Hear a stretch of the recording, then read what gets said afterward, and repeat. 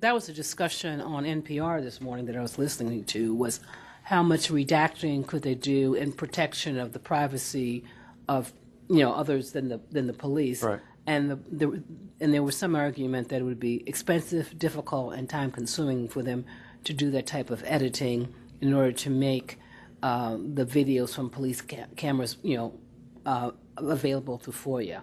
And they didn't have the time nor the resources to do that type of editing and redacting. And before you answer, Ms. Hughes, I'll just note that it's 11:12, and we are now live on our usual recording device. Yes, and then any portion of my update that's been missed, I'll go ahead and post my update on the website so that there's a detailed recording of what's occurred at the meeting prior to us recording on video. So, Darrin, to answer your question, I don't know if there's a fiscal impact statement done. Chief Lanier is requesting an additional $5 million, but that's for the expansion of the program. I do not know what the overall cost, and I'm expecting to learn more about that today, of whatever vendor that they have identified or are anticipating identifying, what the cost would be to make these types of edits. Of course, I acknowledge in the testimony that that is an ongoing concern of not only the Metropolitan Police Department, but any other police department that's using this technology. But it appears to me that we've kind of put the cart before the horse, that when the pilot program was announced and implemented, that these policies should have been considered in advance of that announcement at the bare minimum. So I'm not professing to know what the overall answer is. I'm just merely going to highly recommend today that we strike that the council strike that amendment with the anticipation of getting more informed input on this so that we can implement a policy that's going to be sustainable. Additionally, I don't think that it's too far-fetched for that $5 million request, a portion of that to be reallocated to hire additional personnel specifically for this purpose. There are jurisdictions across the country that have identified and hired and created essentially new departments within police departments to handle nothing but video editing and requests. Okay. Well, good luck. Thank you. I'll let you know how it goes. Oh, well, I'll be tuning in. Okay. And finally, I had the pleasure of addressing a great group of people at the Wharton Innovation Summit on April 28th.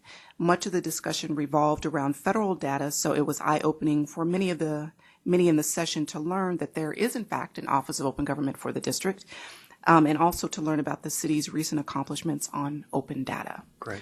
Finally, I have scheduled for next week that annual FOIA officer training. It looks to me to be about 75 people now. So it's not only FOIA officers and general counsels. Could you on the 11th floor up here? No. FOIA officers and general counsels, but they're also forwarding the training to their staff. Okay. So we've moved the training. I moved it yesterday to the large conference room at the forensics department in Southwest. Great.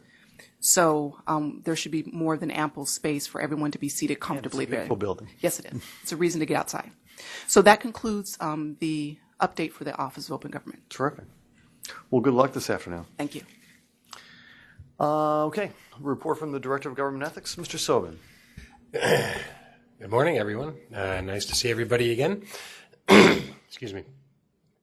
So the last month has been a bit of tumultuous. We've had our budget hearing. There was also a huge push to get this comprehensive code of conduct out the door, and we've had some personnel matters with one of our attorneys going out on FMLA and getting some person detailed over to us, as well as hiring a temporary attorney who started on Monday. But unfortunately couldn't be here today. But she is looking forward to meeting everybody at the next meeting. And I think I sent you her resume already, so we're getting somebody with a good deal of experience, and just in the few days that we've had her already has really hit the ground running. We opened 6 investigations this month, and we closed 6 investigations, which, considering all the things I mentioned, is kind of impressive among the staff. I appreciate their hard work. So that means we have 19 currently open, which again is less than the 20 that we had open last month, but not as much as or I should say more than our usual workload, which is about 13 So we're going to have to work to get those down a bit. Publication and reporting obligations, including the quarterly complaint report, are current. We have one advisory opinion that is going to be posted. We're just still awaiting the Inquirer's permission to publish without redaction, or at least lightly redacted. Trainings. We had one of our employees, investigator Clara Alawamne, attended a 2-day conference organized by the Association of Certified Fraud Examiners, ACFE, the Maryland chapter. Ms. Alawamne gained valuable knowledge and investigative techniques from the outstanding speakers from the FBI, the Maryland state government, and some anti-fraud professionals that we're sure can be applied to BEGA investigative procedures.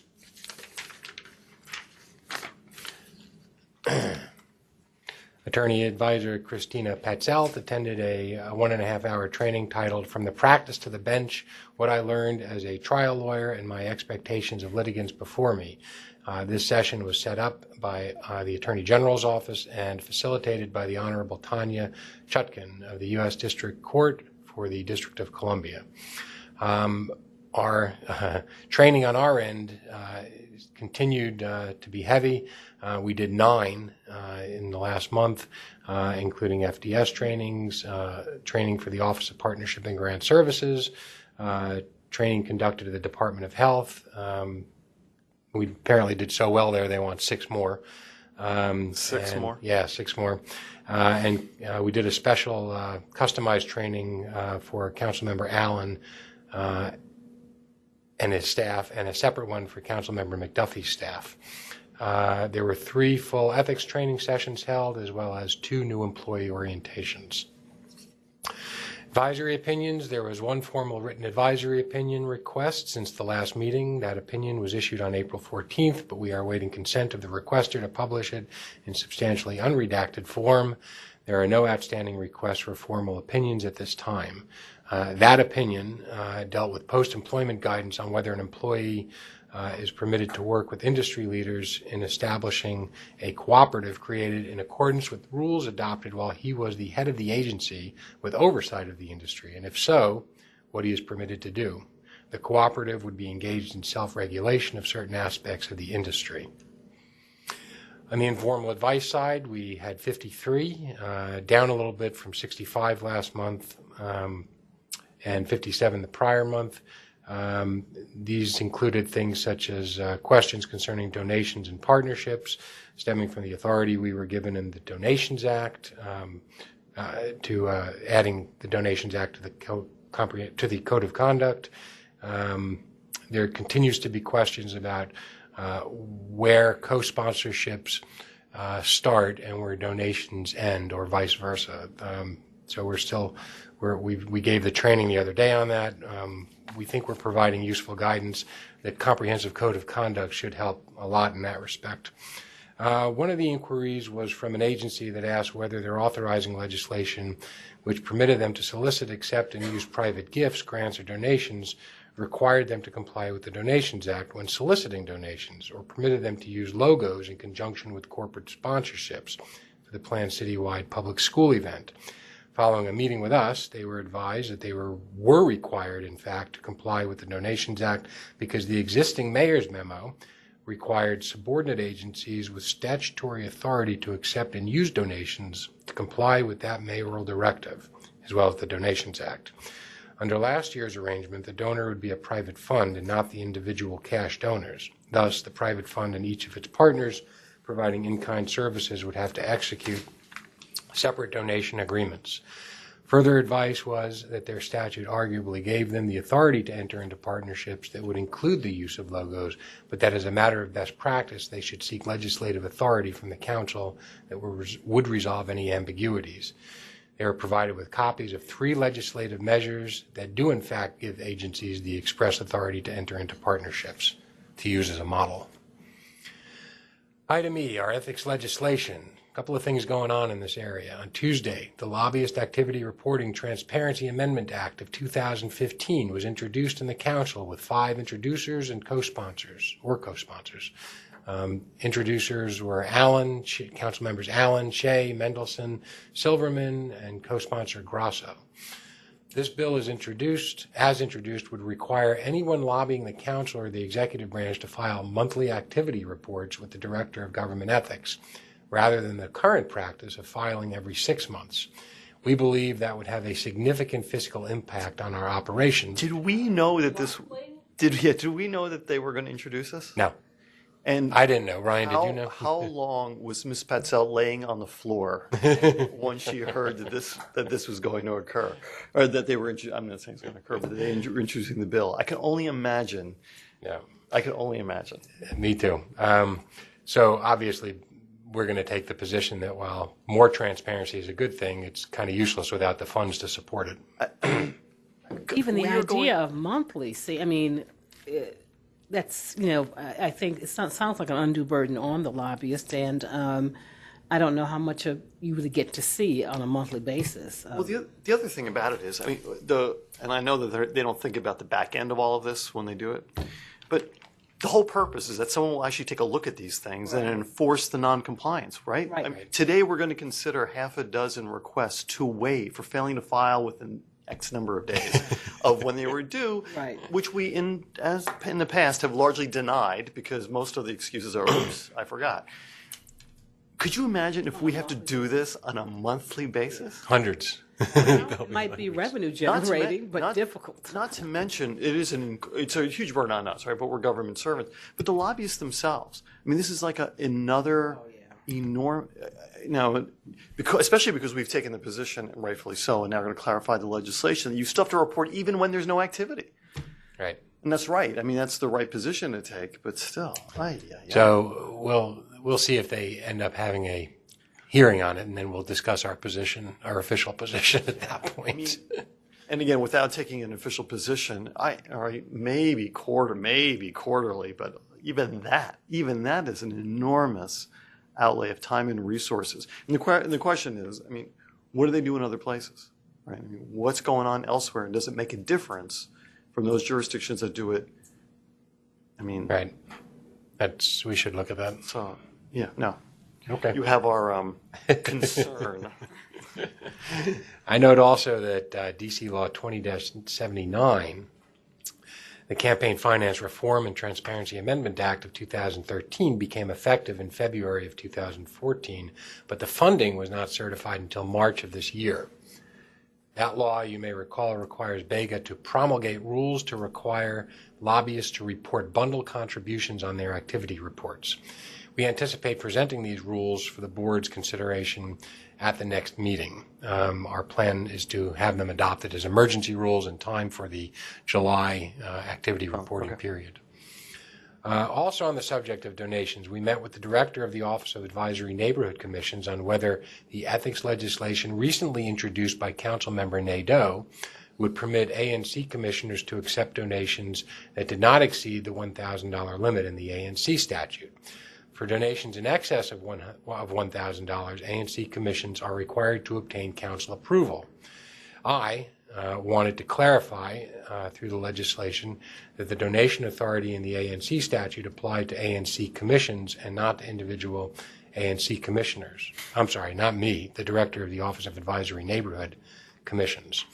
Wanted to clarify that they applied to the commissions and not to individual ANC commissioners who themselves can only receive $25 in campaign contributions. We agreed that this should be a point clarified in the new legislation to ensure that ANC commissioners do not believe they were being authorized to accept donations rather than the $25 campaign contributions. You may recall when in our best practices report and in the legislation itself, the idea was to get a handle on making sure there were consequences for ANC commissions who didn't go to the council for approval for donations over $1,000 because there were no consequences. And so, as you know, we have jurisdiction over individuals rather than entities. And so the idea was to make the commissioners themselves accountable.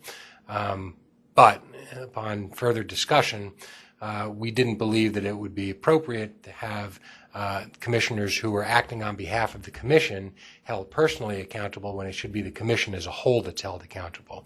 So where we left it with the director of advisory neighborhood commissions was to say there should be consequences, and one possible consequence should be the way it works now when an ANC commission spends funds without authorization, or does so in a way, or they don't file their reports. And what happens in that case is their future allocation of funds is reduced by that amount. And so if they accept a $10,000 donation and they didn't go to the council to get it done, instead of us coming in and sanctioning the individual chairman or whoever it is, that $10,000 would be deducted. So the commission will suffer the consequence, if you will. Correct. Okay, that makes sense. All right, item F, the Comprehensive Code of Conduct. We were informed yesterday that the Committee on the Judiciary plans to hold a hearing on the legislation on July 14th, immediately preceding the Council's summer recess, also known as Bastille Day. To meet that deadline, the bill would have to be introduced no later than June 16th for it to be referred to the committee and have the notice published as required.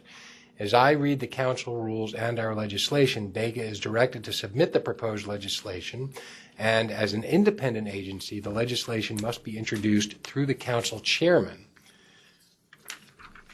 We believe that we can meet that deadline for submission. However, the legislation would not have a fiscal impact statement. It's actually not required to for submission, and might not contain all the necessary conforming amendments and repealers, but we would be prepared to defend it at the hearing. Yeah, I mean, it's an amazing request to have that substantial a piece. They want to turn around that quickly. And I think it's terrific. I mean, kudos to the council for wanting to act on this as quickly as they're going to. And I know that it's requiring a tremendous amount of work by the staff to get it into a bill, since we didn't do it that way. But I really appreciate your efforts, since we should really strike while the iron is hot. Who knows what will happen after the summer recess? And so if we can get them to take this up at least in a hearing before the recess, that would be great. Sure, I agree. Okay, let's see. Item G, lobbyist financial disclosure matters. As you know, we're in the midst of financial disclosure season. Let me talk first about the 2013 financial disclosures. Of the 10 cases transferred to OAG for enforcement, 9 have been settled and some kind of payment has been made in each. We have collected $2,750 so far from these respondents. That's great. In 2014,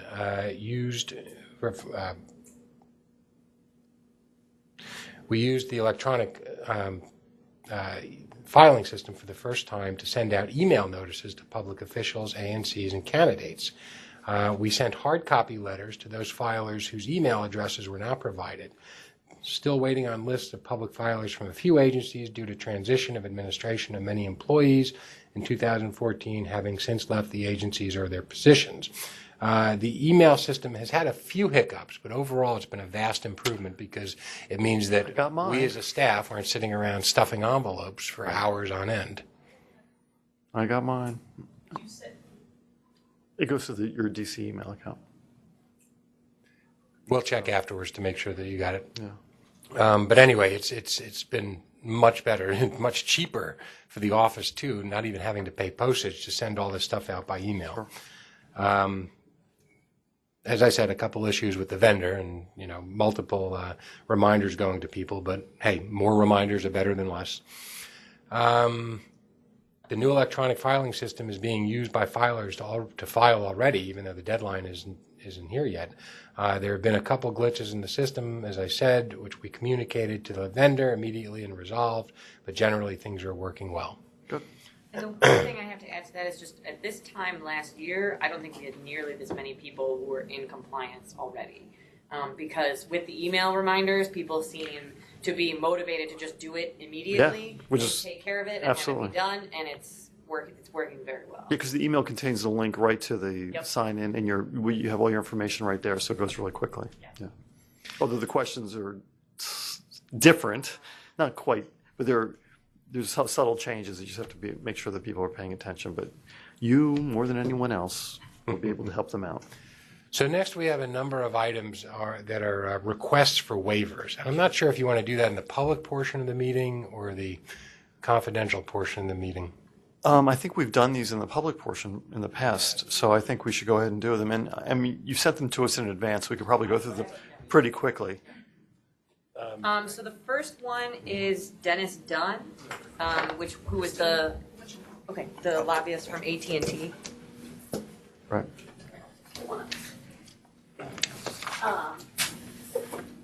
Dennis Dunn, the lobbyist from AT&T, he requested a waiver because he was fined for failing to file a lobbyist activity report. There's a registration in the system for AT&T and a registration in the system for Mr. Dunn. So he improperly registered himself when it turns out only your employer has to register. And he was then fined for failing to file a report that would have been attached to the registration he filed. Yeah, for the registration form he should not have filed. Right. So you can see in our response that we do not oppose that, and we sort of laid out the facts there. Yeah, but that makes sense. I would agree with that recommendation. As do I. Okay. Then I will hand up. We can do them all at the end. Oh, great. if you Okay. want. Perfect. Okay. Then the next one is the DC chapter of the National Organization for Women.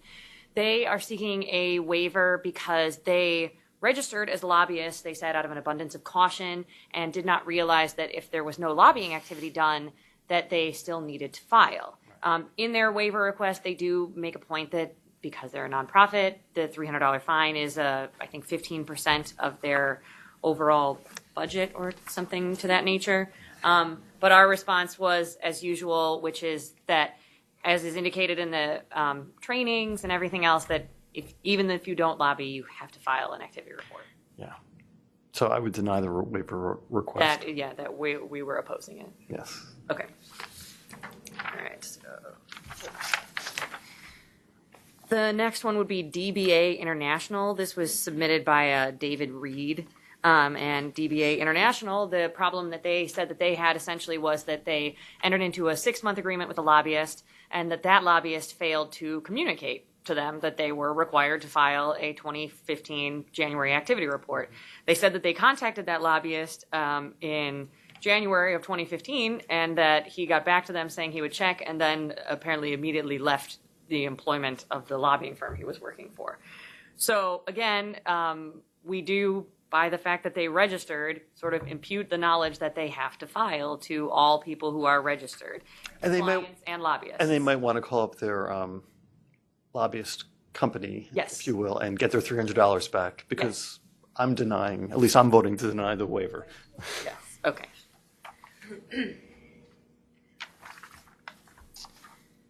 And then Holland and Knight. Holland and Knight requested they have several registrations in the system and several clients. The only client that they were fined for was they had not filed a January 2015 activity report for their client Kaiser. Right. It's Kaiser Foundation Health Plan of the Mid-Atlantic States. And so the issue that they said they had was that they had some issues with the electronic filing system, and that their support staffer, who handles lobbyist filing and was dealing with the electronic system, reached out to BEGA, went through a variety of different things, assumed that everything had been fixed and ready to go, and then was out for 7 weeks on medical leave or some kind of leave. And BEGA opposes this because not only is there record of the communications that we had with the support staffer and the steps that we took to try and walk her through the different filing requirements and how to use the system, the lobbyist training PowerPoint that is on our website and the FAQs takes filers through the electronic filing system step by step so that they can be very clear about how to file. Given the amount of lobbying that Holland and Knight does in the District of Columbia, it's hard for me to believe that there's not someone else that could have helped once the person was out on leave. Yes. So I would vote to deny the request. Great. And the final one is a gentleman named Derek Ford. Derek Ford had registered to lobby for Aetna, and he similarly said that he was simply unaware of the filing requirement, and he did not completely understand all of them. Again, we opposed it because as someone who paid the $250 to register with BEGA as a lobbyist, he is required to know what the filing requirements are for lobbyists. And there's about 1 million reminders that are sent Yes. in the time period leading up to when it's due. So I would vote to deny the waiver request. Okay. Yes. All right. Great. I'll sign Hand those for you. these all up. Sure.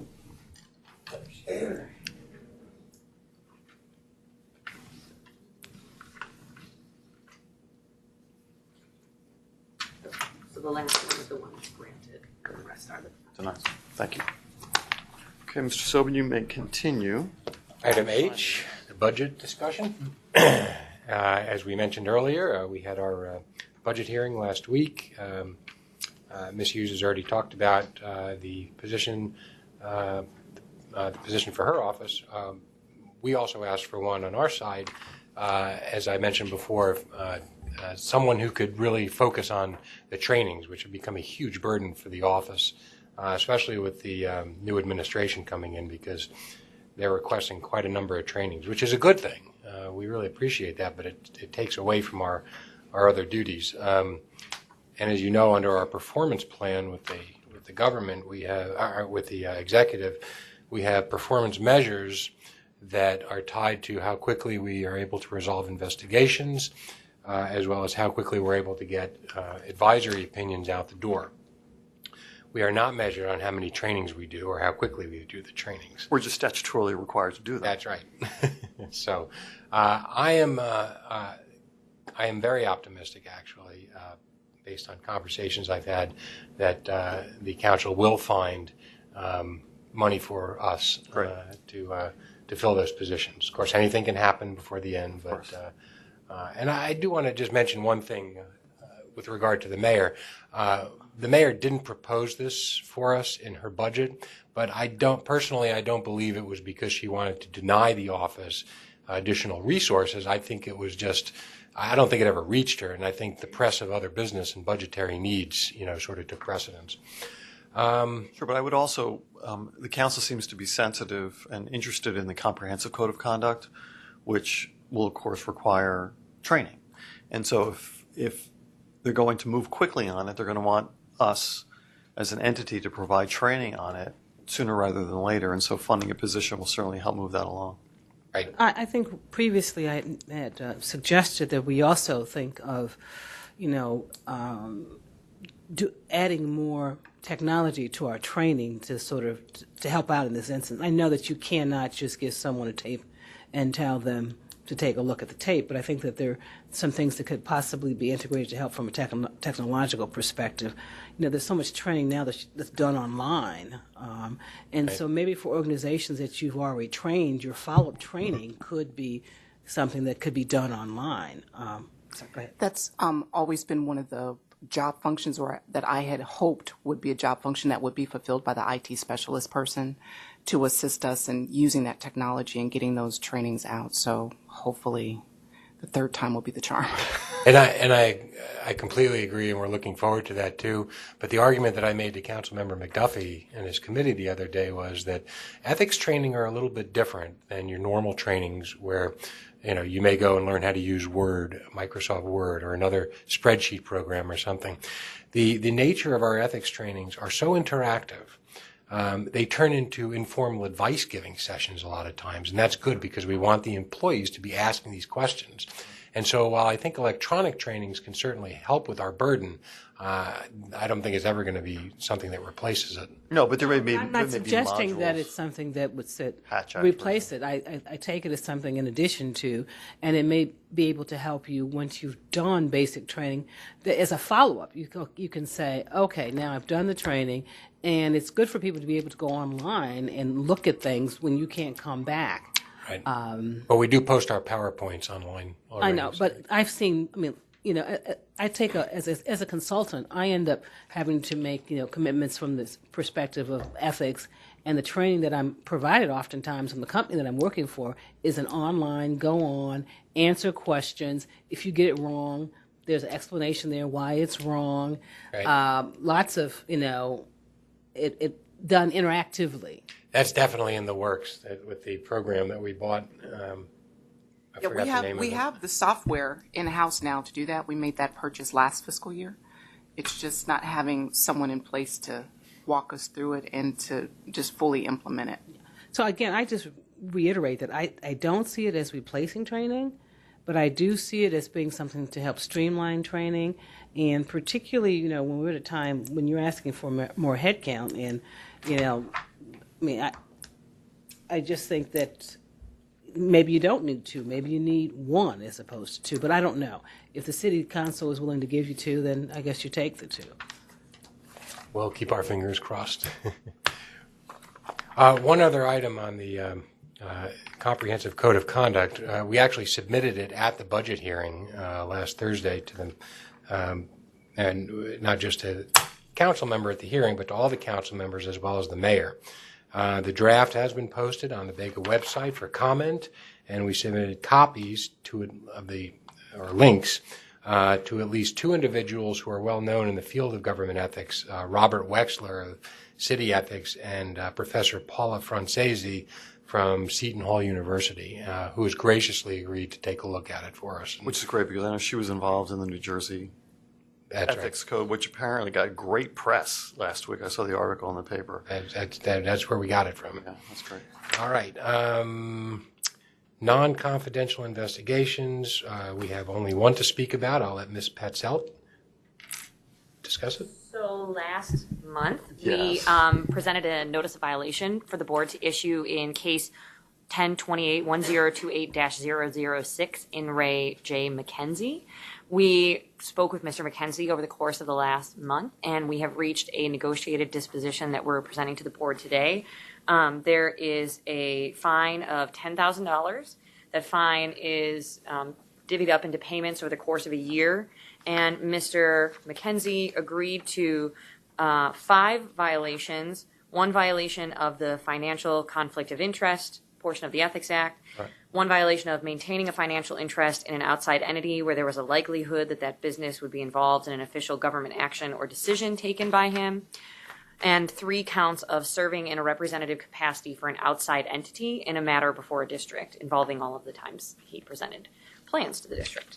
And so that is all included in the negotiated disposition that was submitted to the board prior to the meeting, and we have it with us here today for the board's approval. Do you have any understanding of how much money he made by doing this, by engaging in these activities? What we have is, per the information that we received in the investigation, that he received $500 per final drawing that he did for 10 drawings that were submitted to DCRA. So $5,000 roughly, as far as the drawings that were submitted in the District of Columbia.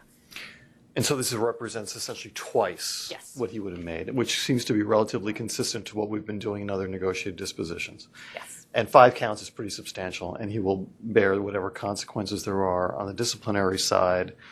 At DCRA, we leave it to them to figure all of that out. So given the fact that it is consistent with what we've done in past cases, it represents, I think, it's $10,000. Do you know what his overall salary is by any chance? I don't off the top of my head. All right, but it represents a significant portion, I'm assuming, of his salary as an inspector at DCRA, given his willingness to acknowledge what he did. And I recall that he was truthful in his interview with you, as we discussed prior to the issuance of the NOV. I would vote to approve the negotiated disposition. Okay. And well done getting this disposition, because it would have been had it not disposed, I mean, let's just be clear about this, and we were at this point last year, we'd be looking at a summer with not nearly as long as it was last summer, but it would still be a hearing involving a number of days and tons of documents and Lots of witnesses. So,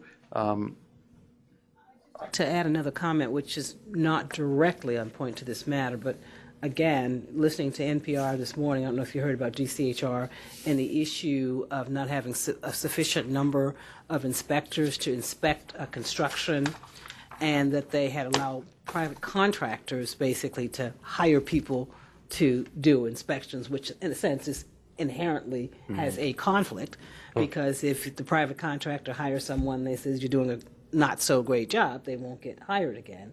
I raise this because this is becoming a public issue, and it's an issue now in Petworth on whether or not there's actually if it's really ethical for the district to allow the contractor to select someone to call in to inspect the premises. And I think we're going to be hearing more about this, and that there are not sufficient number of inspections actually taking place in the district. I can especially see how that would be a problem because of what happened here.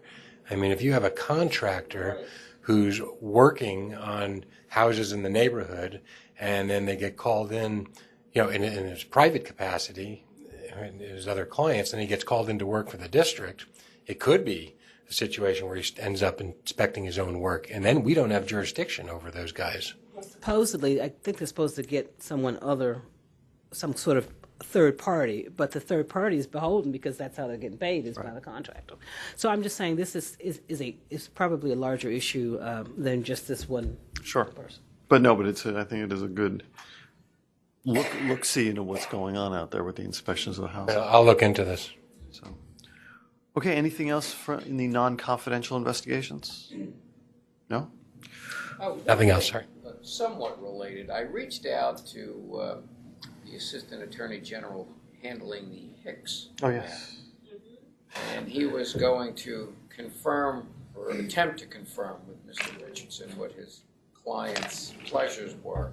But we kind of concluded that whatever his pleasures may be at this point, they're probably time barred. I would assume so. I think Been weeks, months. looking ahead to the June meeting, we may be talking about making collection efforts. All right. Yeah, no, I understand it was a bit of a odd procedural posture given what took place, but certainly we've passed whatever time limit there was to petition for review. Okay.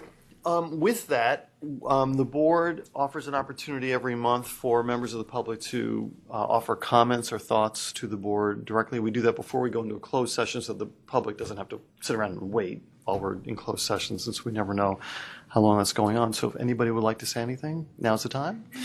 We see one member of the public here who's got a particular interest in the board, but all right. Well, with that, then, the time is 11:48, and I will entertain a motion to go to a closed, non-public session to discuss ongoing confidential investigations pursuant to DC Code 2-575B, to deliberate on a decision in which the Ethics Board will exercise quasi-judicial functions pursuant to DC Code 2-575B13, and personnel matters pursuant to DC Code 2-575B10.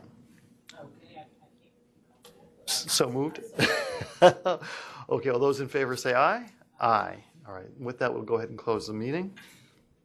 And I'll note that no members of the public are present. And why don't we log off and then log back on? Okay, the time is 12:09, and we're back on the public record. There is nothing to report publicly from The Anthony Hinnon. Oh, the Anthony Hinnon. Oh, you're right. Oh, let me give that to you. The we had one negotiated disposition in the matter of. Put my glasses on here. Anthony Hinnon, case number 1304-001, in which Mr. Hinnon, who was formerly an employee of the DC Public School system and is now out in the private universe, has entered into a negotiated disposition where he has acknowledged one count of a violation of the DC Code of Conduct, specifically the DPM Chapter 18, Section 1811.3, which prohibits a former government employee from I'll just read what the statute says, making it easier. A former government employee shall be permanently prohibited from knowingly acting as an attorney, agent, or representative in any formal or informal appearance before an agency as to a particular government matter involving a specific party if the employee participated personally and substantially in that matter as a government employee. And the facts and circumstances are described in the negotiated disposition, which will be posted on the website. And Mr. Hinnon has agreed to pay a $500 fine and promises not to engage in further conduct by appearing before DCPS in his capacity as an employee of SAM. And with that, we will now close the public session at 12:10, and recognizing that we will be going into a continuation of the closed portion of the meeting, but solely for purposes of internal personnel matters that will not be recorded by video. Thank you very much.